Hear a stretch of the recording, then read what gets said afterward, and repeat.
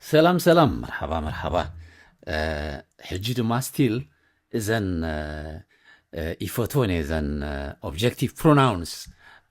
مخنياتو بزوح سلا زدانا قرانا دقيمنا كنمهارنينا زحالة جيزي from cap and to تمايرنا نيرنا اتن preposition رينانا لنا بزحالة فيديو حجي دما for كتكامي for بتقرنيا نقات بحال مي دما مي اي حقي تمايرنا لنا بزحالة so for me كبل تدأخوينة بخلطة قالات ن اي إلى قلسان زيا ولا حنت في دل دا أدخل نبر قالها كلتا قالاتين زياتن نعاي حجي مبزحتو جيزي عبتقرنيا تساقمنا انتايو نقل قالات تساق نبوز قبقوم چه نبل نعبنات حجي عبكن تسفاتيون نبل تسفاتيون نبل عبكن دي عبرهاتيون نبل عبرهاتيون نبل إذا ما عاد ما هميو عن عن توارارستين لك خمزي تسا انچه توارارستين بلو سا انشه زوارارسو فيدلات اللونا حجي بزو حساب بعايد متسا حجي زيا رأيوا نعاي كتبهال زقبا انتاي نبل نعاي حجي ابزخلت تقيقا يزلنا مجمرتا ناب حد قال تقليلنين كلت قالات كنسن ناب حد قال تقليلنين نعاي اتي ادما نزي ادما ابلاشينيا نعاي نبل حجي مبزحتنا مچم كاباي جميركا اتي اب كتما بزح غيزه زحلفه سب نزيتاتي زفلط حجي مبزحتو غيزه ز ابي اخا تسمعوا اب بتخريستيان تسمعوا اتي منچو ግእዝ ስለ ዝኾነ መብዛሕትኡ ግዜ ካህናት እንተዳ ኣቕሊብኩም ብሎም ከምዚ ኢሎም እዮም ዘድምፅዎ ንኣይ ይብሉ ንኣይ ንኣኻ ከምዚታት እዮም ዝብሉ ሶ ንሕና ነባላሽዎ ከም ዘለና ከዘኻኽር ይደሊ ብልምዲ ግን ኦፍ ኮርስ ሳምታይምስ ታገብረና ልምዲ ብፍላይቲ ልምዲ ነዊሕ ዓመታት ዝኸደ እንተዳ ኮይኑ ንሱ ቆይኑ ኮይኑ ይዝረአየና ዝበፅሕ ሰብሲ ዳርጋ 9 ካብ 100 ወይ 95 ካብ 100 ሰብ ከምዚ ዝብል ንኣይ ይዝብል ንኣይ ኣይብልን ግን ሪመምበር እዚኣ مي مالتها إزي أدما ن مالتها so the same إزي for her كبل تدلي إزي انتاي لكم نيري إتا objective pronoun third person اندحر كوينو جن اب third person سالسي أكل نزارب اندحر لنا دبل نقبران إزي نا مغنياتو نعات انتاي لي أبزي دما انتاي كبلي نعا حجي نعا خبلن نعا خبلن كريت استفعل ترجم الحس زلو مالتي سلازي remember always إذا أبغى قدمت نوسخلا تخون نبلا ب third person زي third person زي إذن remember that him كمون نعبيتي كزارب كله أو خمس بس إحنا كذا خاخركم سلازي نبل مالتيو إذا أجن إتا objective pronoun إذا we have to understand that إذا أبغى قدمت مخنياتو كابزن خفل زتوسخوي نعا أبزي أونكم أو هم مالتيو أو جن نجبرة أو نوسخلا مالتيو أب مخنياتو نعو تيلا نعو يزبل زلخو زي سمع بكمزي نعو كسمعي نعو كبل علني نعو إذا جنتي نجبرو جيجا إذا زخاخركم زلخو نعو مبزحت الناس كتصحف كلنا كسب علات لومي انا بخمزي ابز حلفت فيديون حج كذكراي كالكون اكزاكتلي بخمزه عينت مهيروكم نيرومو مس بزح قريتا تمليسه كعريعنا تا فيديو نؤو كخوني زغبا نؤو زي كونه نؤو for him is نؤو third person سلازخوني إذا حجي أخا أيوسخنا لون أخا so أخا for you نعخا كمزيلنا قلنا دمصر أيوه مجمرتنا بحد قال نطرن فولنا እንደገና ድማ رأي وازي يسعرنا توارارست سلازخونو نعخا نبل ግን እዚኡ እቲ ጉቡእ ኣጽሓሕፋ ሰዋሱ ወይ ድማ ኣገባብ ንኣኺ for you زياد مالك تماسا ميستيك نقبر عخي نبل مالتي زياد ما أنا مينس أز مالتي ንኣና ተልካ for us ንዓና ኢልና ግን ድምፂ ካልእ ኣዳማምፃ ንህቦ which is not right ንኣኻትኩም for you እዚኣ እውን ከምኡ ንዓኻትኩም ንቕይር ኣለና እዚኣ ራእይዋ እዚኣ ሲ ከምዚ ገይረ እንታይ ዝበሃል ክገብረልኩም እየ ኣብዚ ኢና ንቕይራ ዘለና which is not right እዚኣ ክትከውን ዝግባእ ንዓኻትኩም ኣይኮናን the same እዚኣ ድማ ንኣኻትክን ዝግባእ ድማ ንዓኻትክን ራእይዎ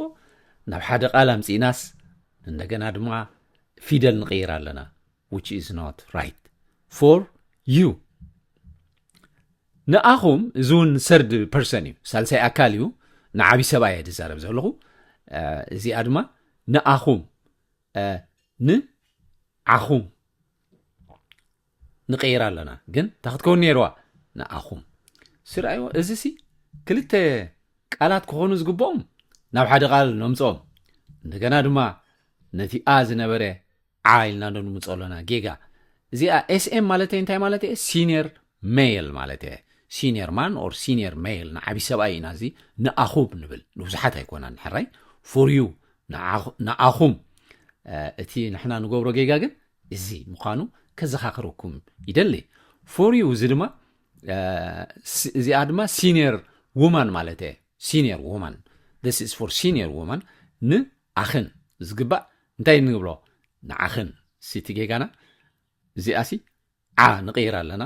እንደገና ድማ ኮምባይን ንገብሮ ኣለና ማለት እዚ so remember እዚ ሲ በዘልማድ ዋላ ኣብ ካልእ ቋንቋ ከምሳት ኣሎ እቲ እንታይ ዝበሃል ሲ ዋላ ብእንግሊሽ ከምዚታት ተመሳሳሊ ኣለና ድሓና ኣብ ካልእ ክወስደኩም ኣይደለን ግን ኣብ ዝኾነ ቋንቋ ከምኡ ምባል ኣሎ ናትካ ዝኾነ ኣክሰንት ትቕይር ግን እንታይ እንዳኾነ ይኸይድ ድሪፍት እንዳገበረ ድሓር ኣብ ዝተናውሐ እዋን ንኣብነት ሕጂ ገብረ ስላሴ ክንብል ዝግባእና ገረ ህላሴ ተስፋ ማርያም ክንብል ዝግባእና ሳርያም ከምዚታት ንብል ሳርያም ኢልና ይፅሕፍን ኢና ተስፋ ማርያም ኢልና ንፅሕፍ ኣብቲ ክፅሓፍ ከሎ ግን ኦፍ ኮርስ ብኣዳማምፃ ግን there is nothing wrong ኣሽማት ከምኡ ምቕያር ኣዳማምፃ ምቕያር ዘሎ እዩ ኣብ ዝኾነ ቋንቋ ግን እቲ ቁኑዕ ኣገባብ ግን እዚ ምዃኑ ከዘኻኽር ይደሊ እዚኣ ድማ ከምኡ ሰርድ ፐርሰን ራእይዋ እዚኣ እያታ ክትከውን ዘለዋ ግን ንእን እንተኢለ ሰንሳይ ትህብን እያ ንእን እዚአን ኩሉ ግዜ እንታይ ውስኻ ብቕድሚት ከምዚ ውስኻ እን ንእን ፎር ሄር ሕጂ ንሕና ድማ እንታይ ንብል ንዕን ንብል ኣብ ዝሞ ኮንሲስተንሲ እውን የብልናን ገሌና ከምዚ ንፅሕፍ ኢና እስከ ብዙሕ ሰብ ኣሎ ከምዚ በቃ ዝተፈላለየ ጌርና ኢና ንፅሕፎ ንዕን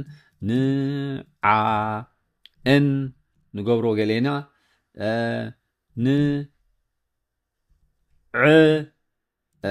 ንዕን ኢልና ንፅሕፍ ዝተፈላለየ ኣሎ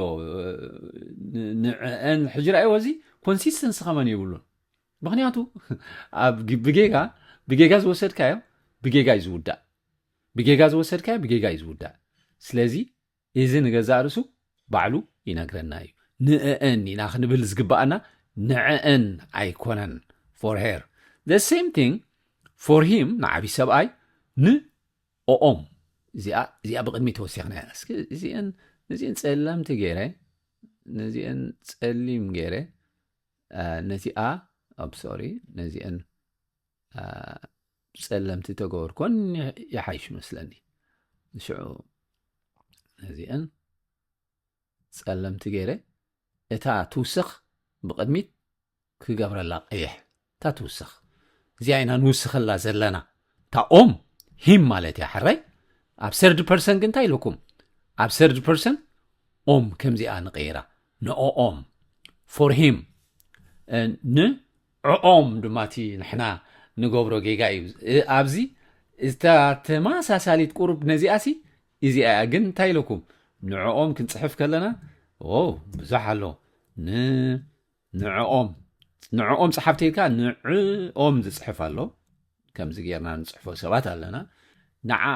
ንዓኦም ኢልና ንጽሕፍ ሰባት ኣለና ንዓኦም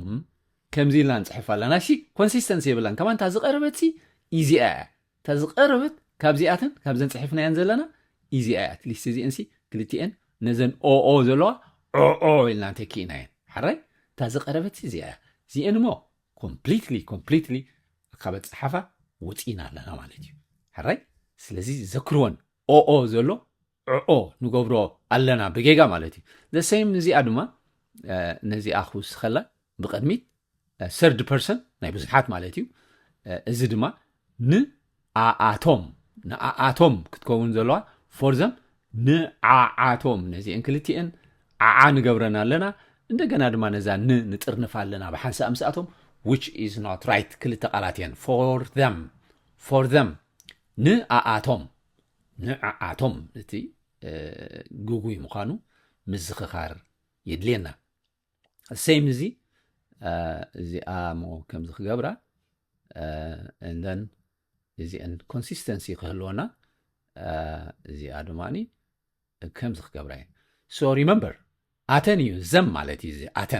ኣተን ዘም ብዛዕባ ዋልድ ደቂ ኣንስትዮ ዝዛረብ ዘለኹ ኣተን ግን third person እንታይ ኢለኩም ኣብዚ ንውስኸላ ንእንተዳ ንጥቀም ኣለና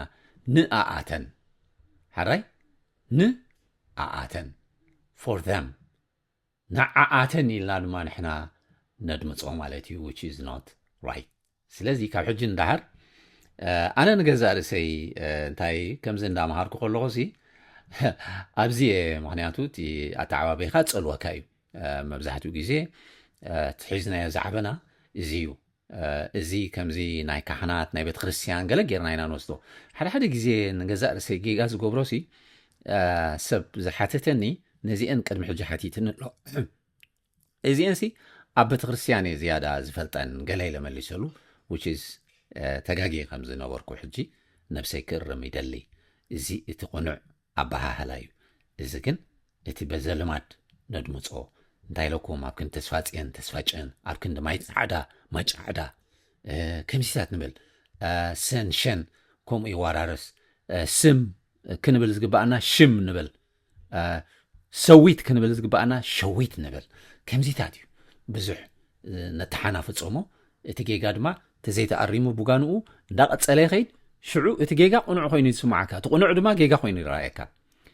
ሶ ኣብዚ ወዲእና ኣለና ናይ ሎም ትምህርትና ሰሰናዩ ጠጥዕሙ ንዓኻትኩም and see you on my next video and bye for now